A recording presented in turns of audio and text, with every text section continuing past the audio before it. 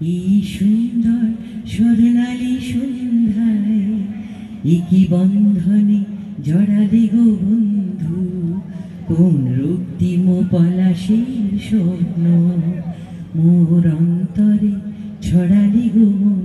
শনিবার সন্ধ্যায় সাড়ম্বরে উদ্বোধন হলো দুর্গাপুরের বিগ বাজেটের সরস্বতী পুজোগুলির মধ্যে অন্যতম চণ্ডীদাস অ্যাভিনিউর বিবেকানন্দ অ্যাথলেটিক ক্লাবের পুজো। বিবেকানন্দ অ্যাথলেটিক ক্লাবের সরস্বতী পুজো এবার পঞ্চম বর্ষে পদার্পণ করল।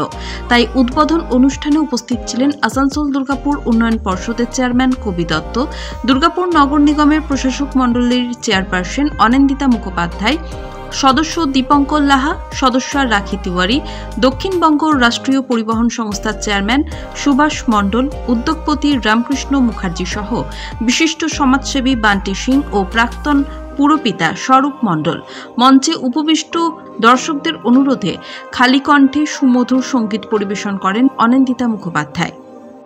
এই সুন্দর স্বর্ণালী সন্ধ্যায় একই বন্ধনে জড়ালে গো বন্ধু।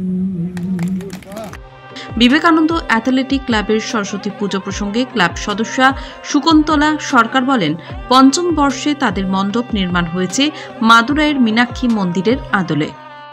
প্রতিদিনই বিভিন্ন রকমের অনুষ্ঠান থাকে। আজকে দুর্গাপুর আসানসোলের বিশিষ্ট ব্যক্তিরা সব এসেছিলেন। হ্যাঁ, তো ডান্স প্রোগ্রাম এবং উদ্বোধনী অনুষ্ঠান হয়েছে। আমরা এই কিছুক্ষণের মধ্যে কিছুক্ষণ আগে এই প্রোগ্রামটা শেষ করেছি। হ্যাঁ, আর মোটামুটি 4 দিন ধরে আমাদের এখানে নানা রকম অনুষ্ঠান চলবে। সরস্বতী পুজো উপলক্ষে সমগ্র এলাকা সেজে উঠেছে রংবাহারি আলোর রোশনায়ে। মাদুরাইয়ের মীনাক্ষী মন্দিরের আদলে নির্মিত হয়েছে মণ্ডপ। এরই সঙ্গে রয়েছে মানানসই দেবী সরস্বতীর মূর্তি। এর পাশাপাশি এলাকাবাসী ও আগত দর্শনার্থীদের জন্য মাঠ জুড়ে আয়োজন করা হয়েছে মেলার পুজোর 4টে দিন অস্থায়ী সাংস্কৃতিক মঞ্চে অনুষ্ঠিত হবে বিভিন্ন ধরনের মনোরঞ্জনকর সাংস্কৃতিক অনুষ্ঠান।